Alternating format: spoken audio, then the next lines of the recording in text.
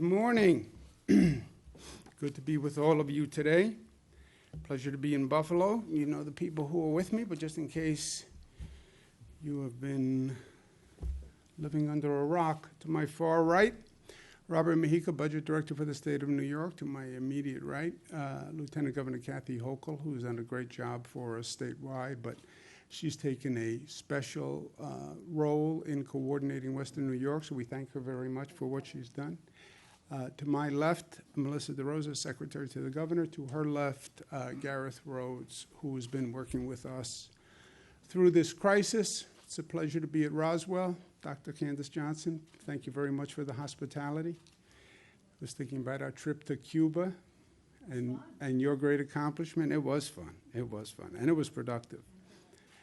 And it's always a pleasure to be with my friend, my partners, the great mayor of the city of Buffalo, Byron Brown, and the great county executive of Erie County, Mark Polenkars. Thank you for everything you've been doing to get us through this.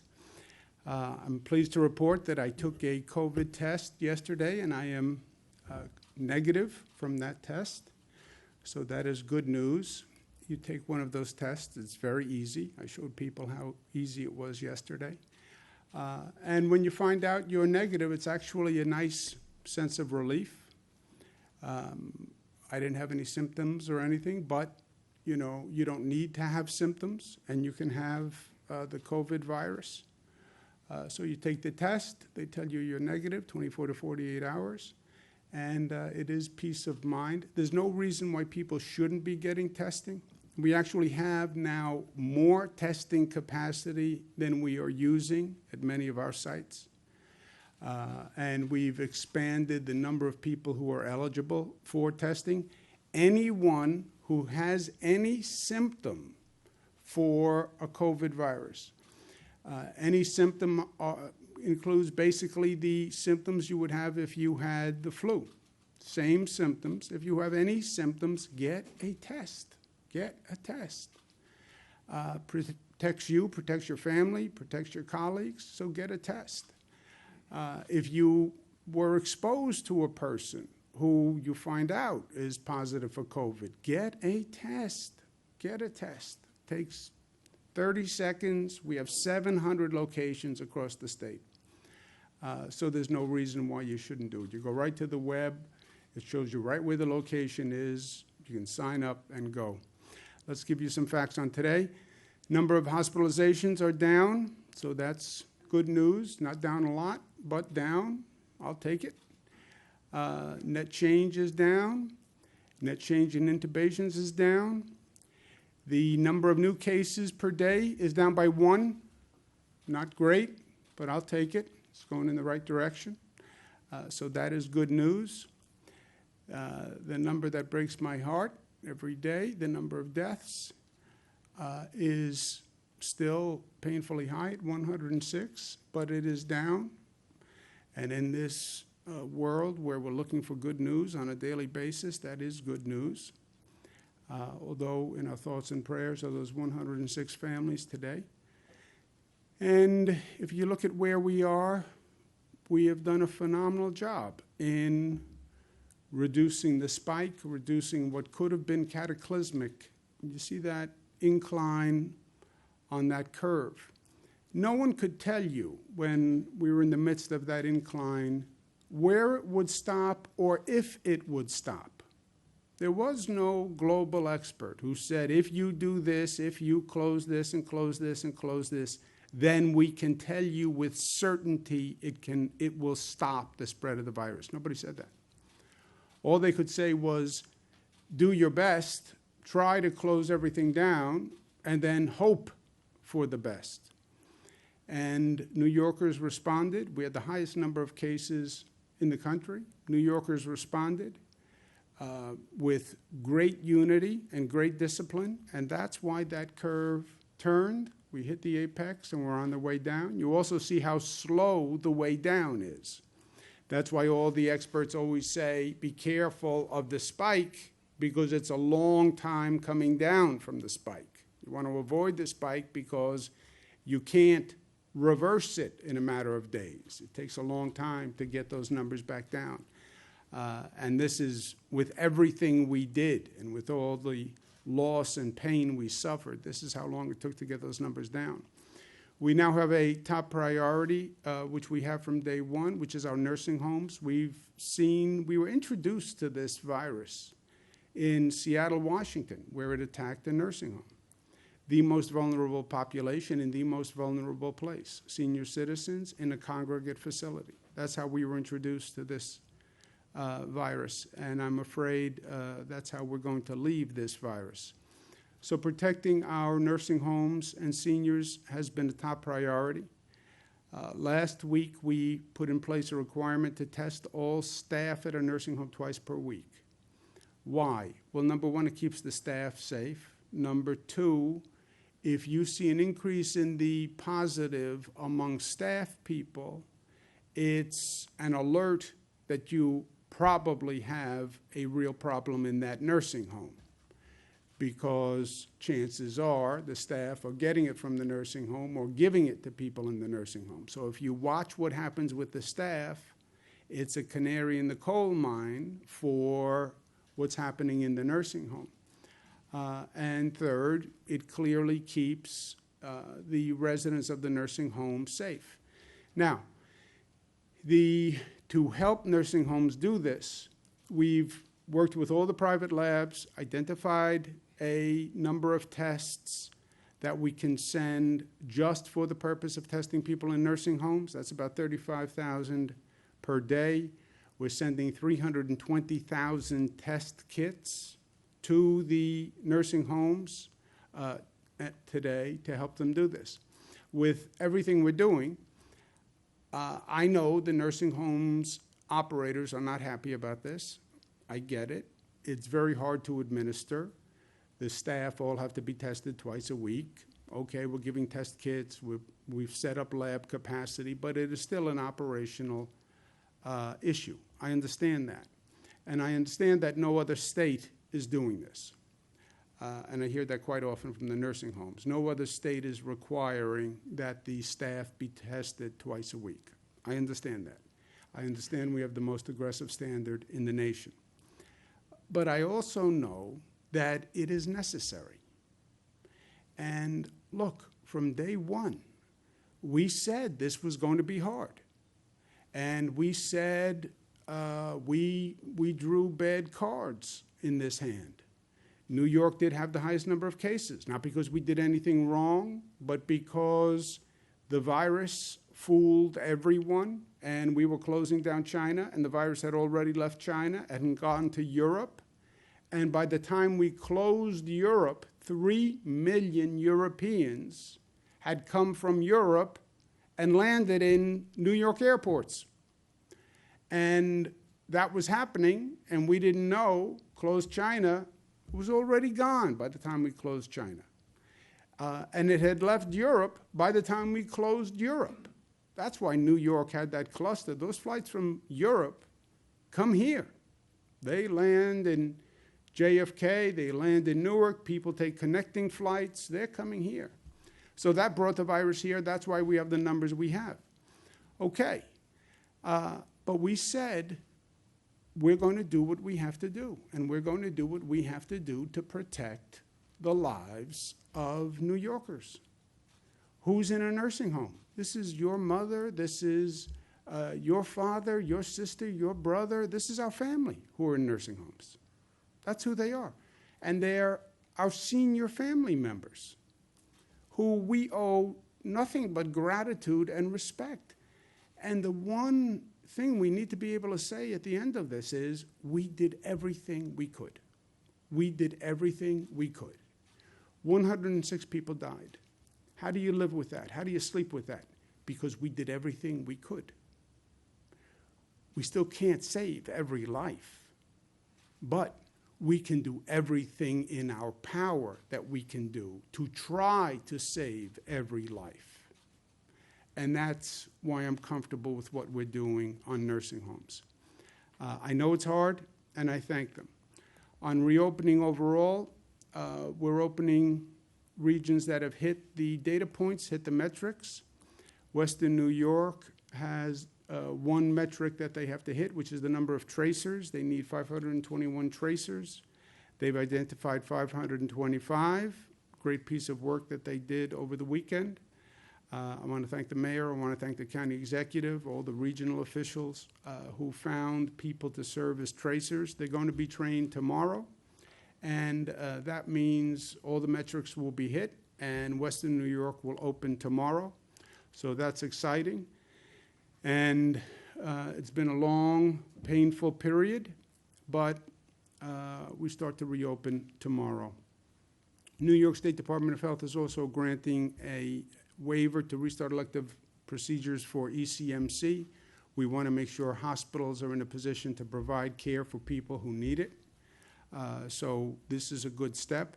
I also have been encouraging major sports teams to plan reopenings without fans, but the games could be televised. New York State will help those major sports franchises to do just that. Hockey, basketball, baseball, football, whoever can reopen, we're a ready, willing, and able partner. Personal disclosure, I want to watch the Buffalo Bills, but I'm still objective. I'm acting as governor. There's no personal agenda here. Yes, I do want to watch the Bills, but that is not subverting my role as governor. I think this is in the best interest of all the people and in the best interest of the state of New York, even though I do have a coincident personal agenda because I want to watch the Bills, but they are separate agendas. At least some would say I have a conflict of interest. I want to disclose it. Judges and staff will be returning to courthouses in the 30 upstate counties that are open this week. What will reopening mean? Right? That's a big topic of discussion now. What does reopening mean? This is not a subject that is a political subject or where political opinions really matter. I don't care if you're a Democrat, Republican, Libertarian, Independent. I don't care. I don't care. This is not a political exercise that we are going through. People say, well, I have a personal opinion. I don't even care about your personal opinion. I don't think you should care about my personal opinion because it's not about a personal opinion. It's not about an ideological opinion. It's not about a geographic opinion. It's not even an opinion that's relevant, right? This is about facts and science and data. These decisions are being made as a matter of math. It's numbers. It's math. That's all it is at the end of the day. You start to increase economic activity. You have more people coming out of their homes, more people contacting other people, and then you measure the impact of that increase with numbers. Not with opinions, not with politics, not with partisanship, with numbers. And then you just measure the impact. You make sure that you don't go above 70% of your hospital beds, so that if a large number of people get infected, you have the hospital beds to take care of them. You make sure you don't go over 70% of your ICU bed capacity, because when these people are infected with COVID, they do need ICU beds. We learned that the hard way. You have testing up and running of 30 tests per 1,000 residents. Where did that come from? That's the White House Coronavirus Task Force, Dr. Birx. You have 30 tracers ready for every 100,000 residents. That comes from the experts. And then you watch the infection rate. And you make sure that you don't get near 1.1 on the infection rate. It's math. And there's a liberation in that. At a time of such division and politics and elections and all this garbage, this is an exercise in science and math. And it's data that we can all share and we can all participate in. I encourage people to go look at the data and look at what's happening in your region, because that's how we're going to get through this, on the numbers, on the math, on the facts. We're going to bring in advisors to the state advisors who are international experts, global experts who have dealt with these kinds of diseases, right? This is not just a state of New York issue. It's not even an American issue. It's a global issue. And I want to make sure we have people reviewing and then reviewing the reviewers and then as many opinions of experts that we can get are the best path forward. Dr. Osterholm is a nationwide expert in this field, and he has agreed to review our data, what we're doing, what's happening, and to advise us as to how our progress looks on the numbers. I want to thank him very much. We also have Dr. Samir Bhatt, senior lecturer at Imperial College, who is agreed to serve as an advisor to the state of New York. Dr. Bhatt is the senior lecturer in geostatistics at the Imperial College in London. Geostatistics is not my field of endeavor. I never heard of geostatistics before, Doctor. That's why we need you to advise us, Dr. Bhatt, because I know nothing about geostatistics. But Dr. Bhatt is joining us. I want to thank him very much. The Imperial College in London, we have had a number of projection models that were done early on by a number of very prestigious universities.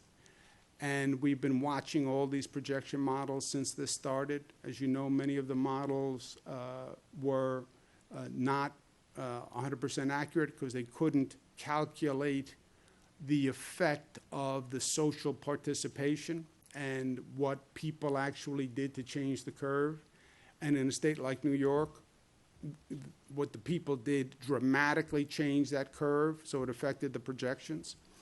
But the Imperial College model, as we have been following this for weeks, was the best, most accurate model. Therefore, I think Dr. Bhatt deserves all our thanks because they really helped us all through this to date. And I want to thank him very much for taking the time to advise us, not just on how we constructed our model to date, but what happens going forward as we increase the economic activity and we start to see numbers change.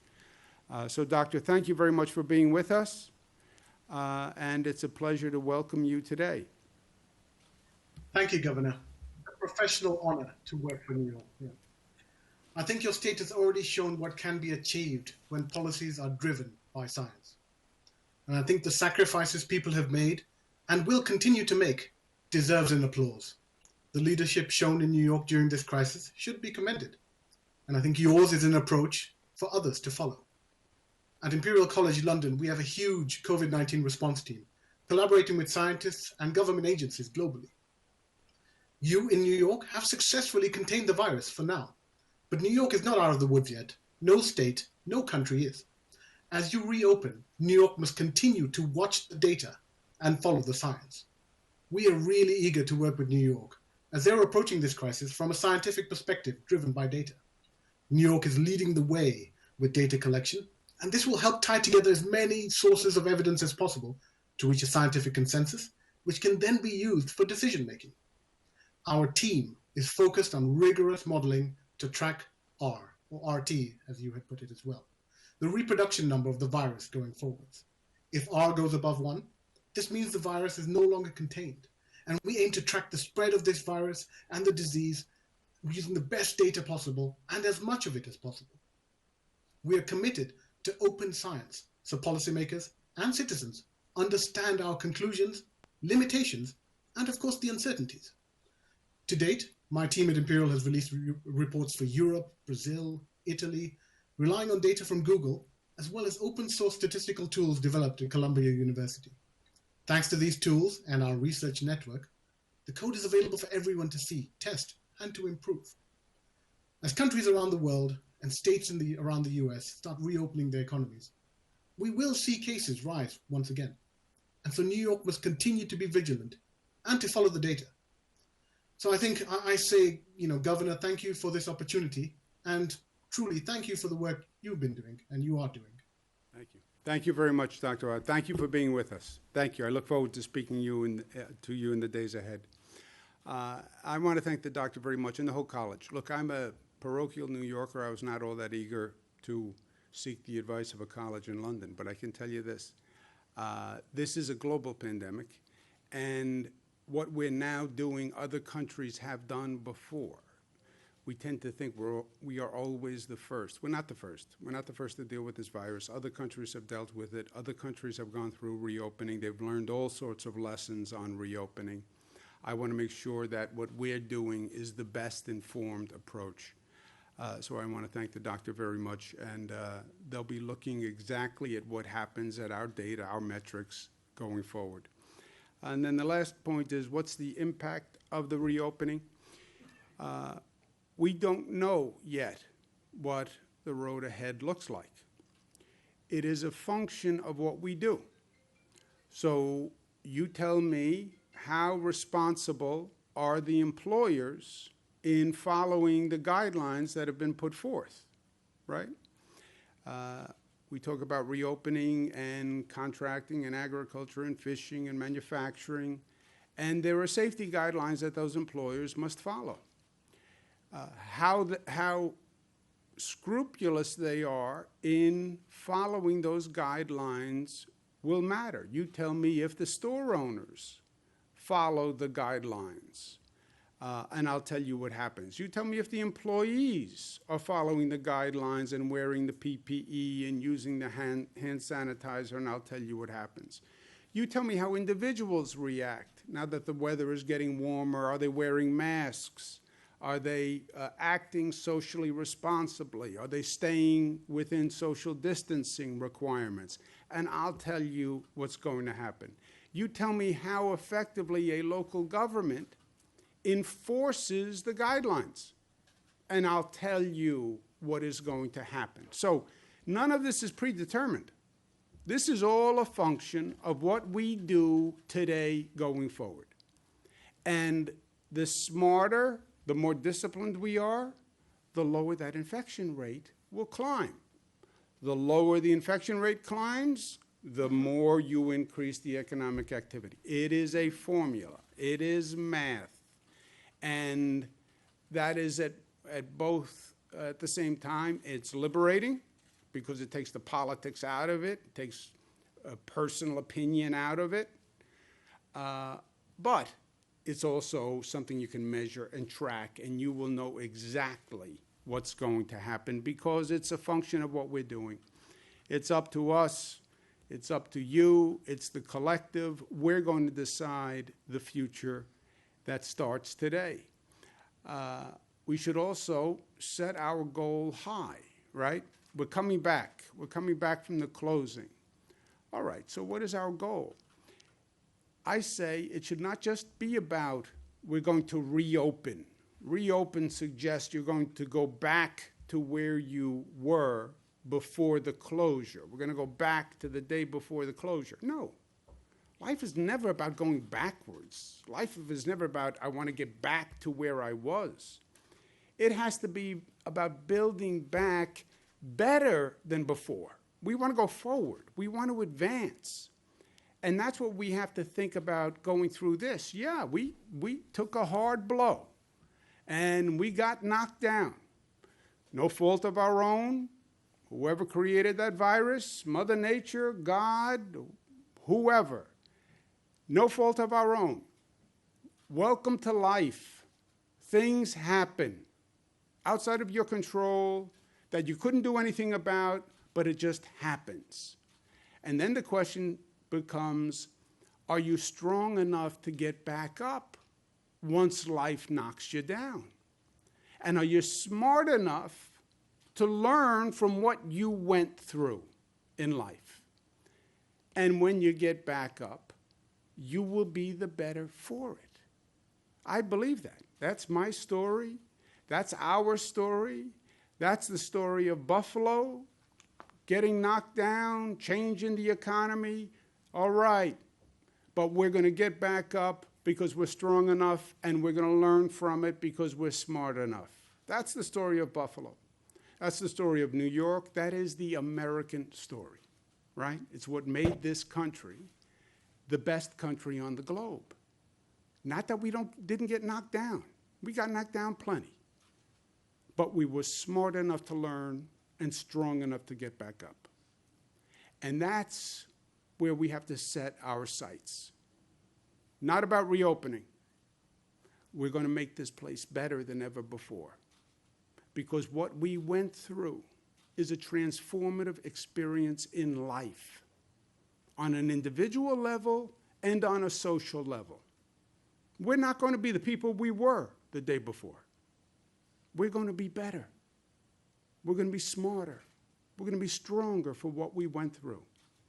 We're going to be a stronger society for what we went through. I believe that. And we're going to have a stronger Buffalo, a stronger New York, and a stronger America. And that's what it means to be New York tough, smart, united, disciplined, and loving. Thank you. Questions? Governor, it appears, if I understand the numbers right, that the state reset some of the metrics to make Western New York eligible to reopen. That's the way it looks, at least. Can you explain that or clarify that, specifically hospitalizations and hospital deaths? The hospitalizations and hospital deaths are on a 3-day rolling average.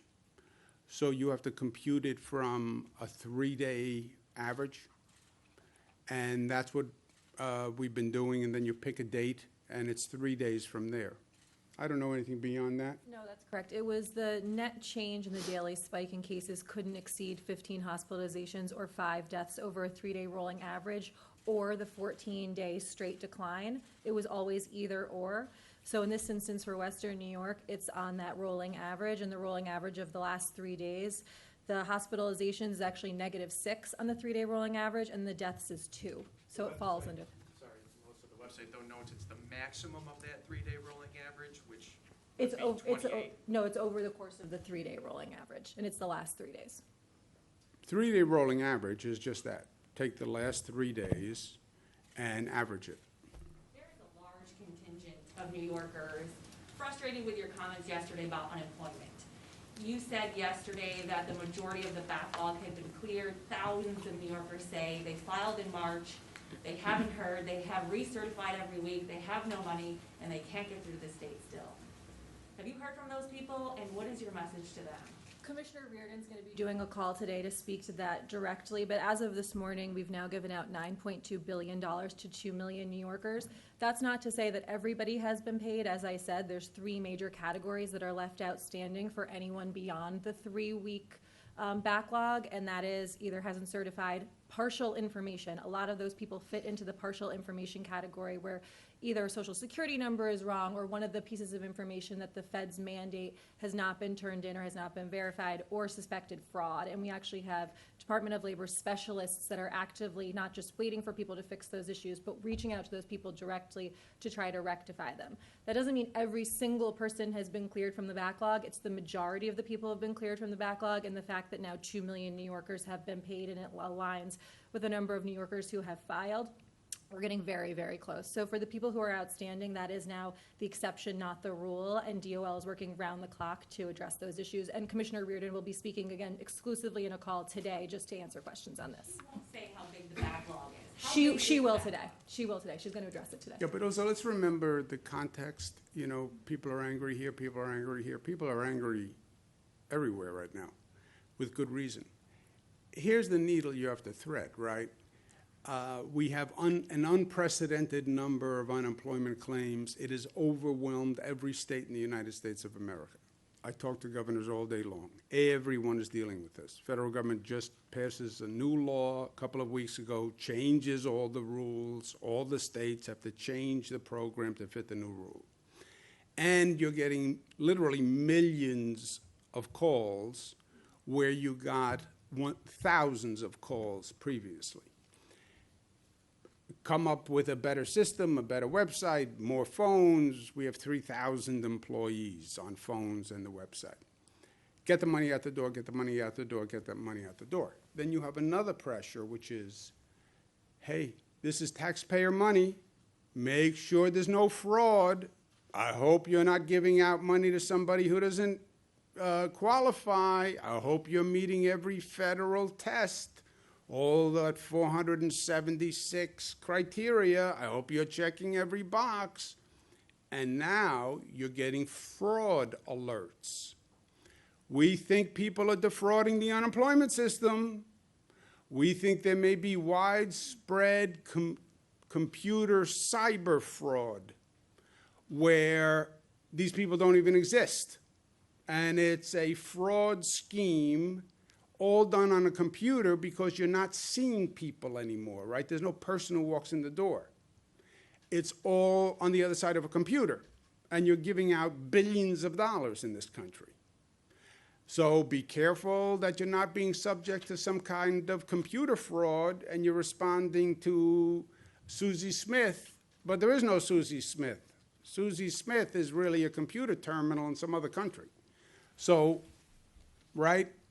Because I guarantee you, a few weeks from now, I'm going to be at a press conference like this, and someone's going to say people are really angry that you gave out a lot of money and the people didn't exist and they were just computer scam artists, and how did you not know?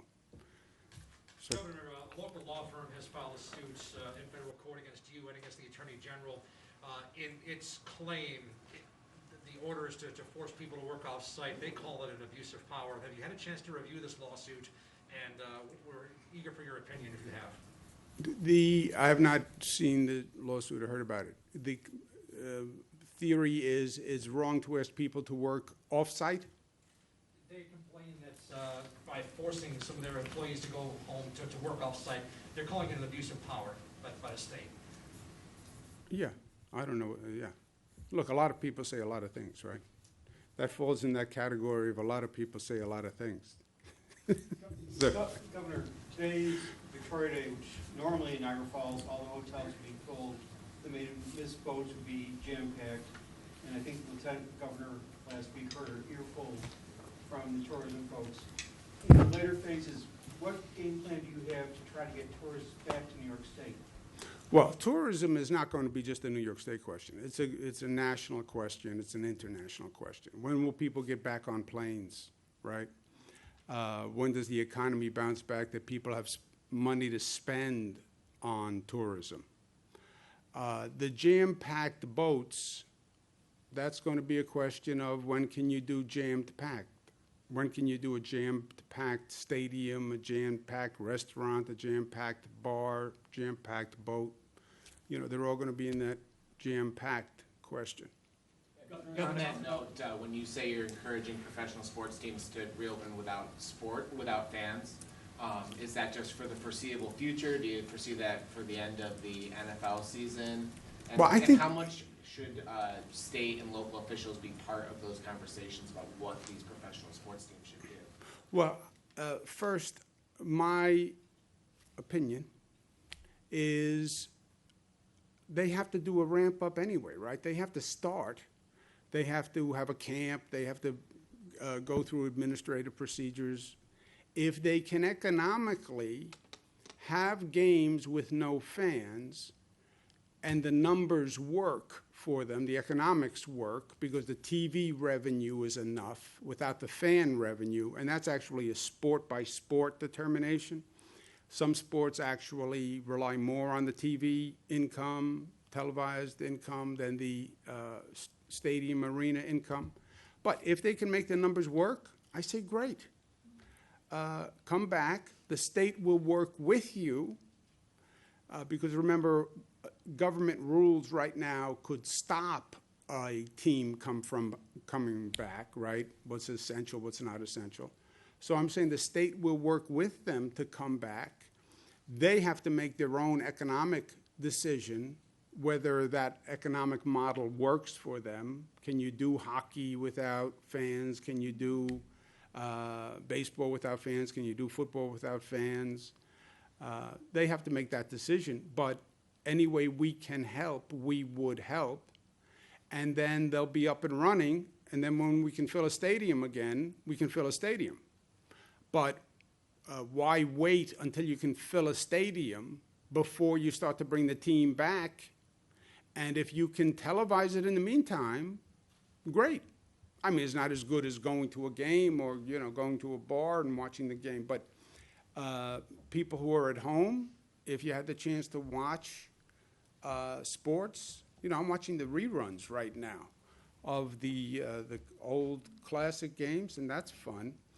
But I'd rather watch current sports on TV if it works.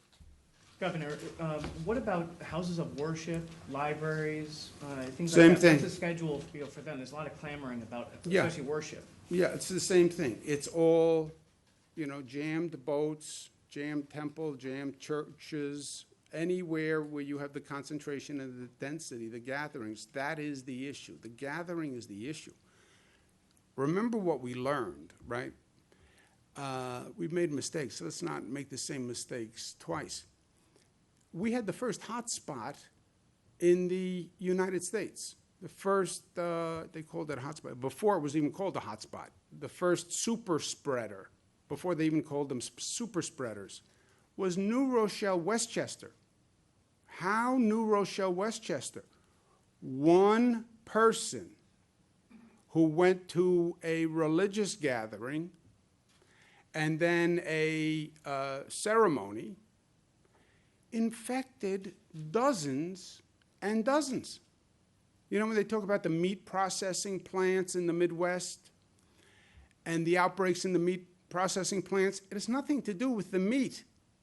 It's the fact that you had 1,000 employees, 500 employees. We have a situation in Madison County. You have a couple of hundred people, and you have one person who's infected, you have a problem. So they all come in that same category. Nobody can tell you when you'll be ready for that, but the answer is follow. The answer is everybody will know, because if you follow the numbers and you follow the math, you will watch that infection rate and you will see the trajectory of progress. It's that simple. Do they fall into in terms of those 4 phases for reopening? I mean, do they fall into 1, 2, 3, or 4? Oh, that's on the website. Does anyone know what? It wasn't. I don't think Oh, the houses of no. worship isn't on there. Robert? Houses of worship, as if you were just to open them up regularly with new guidelines, would fall in the last stage, because as the governor said, that's a mass gathering. The same thing with a stadium, the same thing with any situation where you have a lot of people together, right? The question is whether or not you could do something less than that. But that's still an open question, is whether or not you can. That hasn't been determined whether there could be a small group like 10, 15, 20 people. Right, not yet. I spoke to a nursing home administrator Friday who said they had no idea the state was sending them testing kits, and they were being told they had to pay for them themselves, went out, procured some on their own. What's the line of communication between the state and nursing homes in terms of how we're going to get these kits to you and how many you're going to get? Well, we're on daily communication. This scale of testing is new for everyone. Everyone is trying to figure out how to get tests, how to buy tests, how to get the testing kits, how to get the testing machines. Hospitals are doing that, labs are doing that, nursing homes are doing that, employers are doing that. So that is nothing new. We just worked very hard over the weekend, secured testing capacity from the labs, private labs, that will be set aside for nursing homes, and testing kits that we can procure and send to nursing homes to help them. Also remember, nursing home staff is a person. You could be a nursing home staff. Okay, go to a drive-in, go to the CVS, go to Rite Aid. There's a lot of places that you can now get a test. And we have many places that are underutilized, right? We have some drive-ins that can do 15,000 tests a day. They're only doing 5,000 tests a day. I mean, we work day and night to get this testing capacity up. We're not even using it right now. So you can say, if you're a nursing home, look, it's a operational pain. People don't want to get tested twice a day. I understand that. But we know that there's the ability, 700 testing sites around the state. You can go right now, and you could get a test, right now. Just go through a drive-in on the way home. I stood up yesterday, had it done, showed people how easy it was. You know, I understand they don't want to do it, but these are senior citizens, and I want to be able to say on behalf of the state, we did everything we could. And testing twice a week of a staff member, I don't think is excessive. Well, why don't we do once a week? You do once a week, you take a test on Mondays. You got infected on Tuesday. So Tuesday, Wednesday, Thursday, Friday, Saturday, Sunday, you spread that virus in a nursing home. And then you found out a week later when you tested positive. You know how many people you could have hurt by then? That's why twice a week. Sir, take one more. You talk about how important it is to listen to experts here on this stuff. If you talk to the experts on nursing homes, they'll tell you before COVID-19, New York State had one of the lowest levels of care in nursing homes and some of the most lax enforcement by the state health department. So is the state not in some way to blame for what happened? Yeah, I don't believe that experts would say that. You know, we have over 600 nursing homes. We've had one of the best nursing home systems in the country for a long period of time. You know, you can always have people who say, well, you should do more. That always happens. And we are doing more. And by the way, now we're doing more. And they're complaining that we're doing more than any other state. You can't have it both ways, right? Given the outsized impact. Last question. Yes, ma'am. Given the outsized impact that some counties have on an entire region, has there been any thought given to publicly posting the county breakdown as far as the reopening metrics go? Because right now, those aren't available. And is there any more clarification you can give regarding how much time we need to wait between reopening phases? We said 14 days is a general guideline, but depending on what the metrics show, maybe they might be able to open sooner. Can you elaborate on that? Yeah, 14 days is the guideline because it's basically the incubation period of the virus, right? It will show up in about 14 days. If a lot of people get infected today, there's then an incubation period, then there's symptoms or not. And then if all else fails, the way you see the increase is in the hospitalization. You know when the hospitalization rate goes up. But when the hospitalization rate goes up, they call it a lagging indicator. It really is telling you who got infected 2 weeks before. So when you wait for it to happen in the hospitals, you are behind the 8 ball. But you will see the infection rate every day. If the economic activity is increasing, but the infection rate isn't, and the hospitalization rate isn't, and the testing rate isn't, and the antibody rate isn't, then you could say we can get a little more aggressive and increase the rate faster. But it's a pure, and again, what's liberating here is it's a pure function of management of numbers. It's numbers, you know? I want to lose 10 pounds. I'm going to try to lose 2 pounds a week. Okay, it's going to take me 5 weeks. Well, first week I did better. All right. So then you calibrate that way, right? This is just a mathematical calibration. And I want to keep it there because I want to keep it out of politics. I don't want to get into, well, people say you should open faster. People say you should open slower.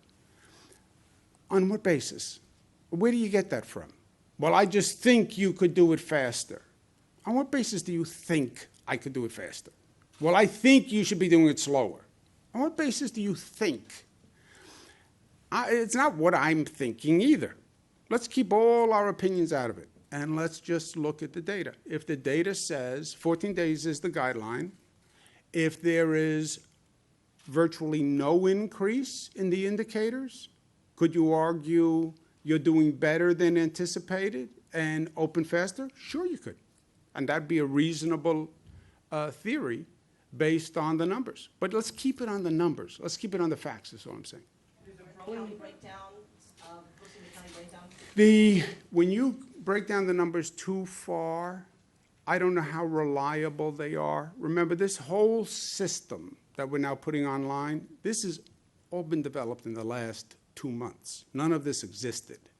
All this daily reporting by hospitals, reporting by nursing homes, reporting by testing sites. So the fear is if you get too granular in the numbers and the numbers get too small, I wouldn't really feel comfortable in their accuracy when you start disaggregating them. But that is not my field. That's geostatistics, which I never even took. So I just want to make sure, well, that assumes that the county data is reliable on a daily basis. And as someone who knows what many of these counties are doing and how they're struggling, I wouldn't put it up and say it is reliable and I would count on any given day. That's why I say on all these numbers from day one, don't take any of these day-to-day numbers as gospel, because this is just a reporting system that is still being developed. So take them all with a grain of salt. Last To question. really watch, once things reopen, you talk about the individual responsibility, the store shop owner, the bigger businesses. If someone's gonna come in and be that kind of watchdog to see that some of these precautions are being taken, because I think there's kind of a level of different precautions that some people think are supposed to take and others aren't taking, and who's going to police whether face masks are being worn in hair salons? Who's gonna watch out for that? Well, first, the guidelines are the guidelines. The rules are very specific. They're online. It says exactly what an employer needs to do, an employee needs to do, what curbside pickup is, that an individual should social distance less than 6 feet, an individual should wear a mask when they're not in a position to socially distance or may not socially distance. So the rules are clear, I think. Enforcement compliance is done by the local governments. And we have talked about that a number of times. You have public health people who will be doing the enforcement. Some localities use police to do the enforcement. That's up to the local governments. And also, I believe New Yorkers should enforce it. You know, New Yorkers should enforce it, because this is all about us. This is not really a government function. This is about people working together to achieve a greater goal. You know, I wear a mask to protect you. You wear a mask to protect me. It's my respect for you. It's your respect for me. How these rules are complied with, if they're not complied with, more people will get infected, the infection rate will go up, and then you'll see a necessary reduction in activity, which hurts everyone. So that's, you know, that's how we do it. Yeah, really last question. This is Metric's question from earlier, because why I think it's important, based on what I understand, is that the state moved the date for that spikes from basically the beginning of the outbreak to May 15th. Based on what I've been reading, that changes the date that Western New York would have qualified by at least 10 days, that we were still at least 10 days off. So can you give a little clarification as to what exactly did move and how much that changed when this region qualified for phase one? Yeah, I don't know anything more than I told you. A 3-day rolling average is a 3-day rolling average going back 3 days from today, right? That's a 3-day rolling average. Yep. And we have numbers for what that 3-day rolling average must be. So today's Monday, Sunday, Saturday, Friday, that's the 3-day rolling average. It's based on the last 3 days, and what we've been very clear on was that once we hit May 15th, as soon as a region met the benchmarks, they could enter phase one. So the time reset on May 15th, which was the end of the pause. The last 3 days, Western New York met the benchmarks. The numbers that I gave you, the -6 on the hospitalizations and the 2 on the deaths for the 3-day rolling average, which allowed them to enter phase one. The New York Forward book note says that number can never exceed 15 or 5 respectively, so I think that's where the confusion is. I don't know, you're above my pay grade. It's on the net change in daily spike. It's not exceeding at all, like not from a baseline of 0. It's the -6 in hospitalizations and the 2 in deaths. How did we get so many contact tracers? Yesterday, the governor said we were 352 short. Great work of our county executives. They County- identified the bodies within the counties. County executive, city, you came up with contact tracers, scrambled. Every region has a number of employees who they're going to make available as contact tracers. Any other area, LG? There are individuals from the various counties participating, people who work in county public health departments, county social services. Even in Niagara County, we have 50 sheriffs that have been identified. So we've really enlisted the public servants from the 5-county region. They have stepped up. They've been participating from the very beginning. They take a 4-hour training course, and they'll be ready to launch tonight. You too can be a tracer. Constitutionality. It's a great second job. Constitutionality Thank you, question. guys. Mark, thank you Governor. very much. Thank you, thank you. Thank you, Governor, Mayor. on Thank you. constitutionality, do you think that, are you concerned about whether there could be lawsuits or anything against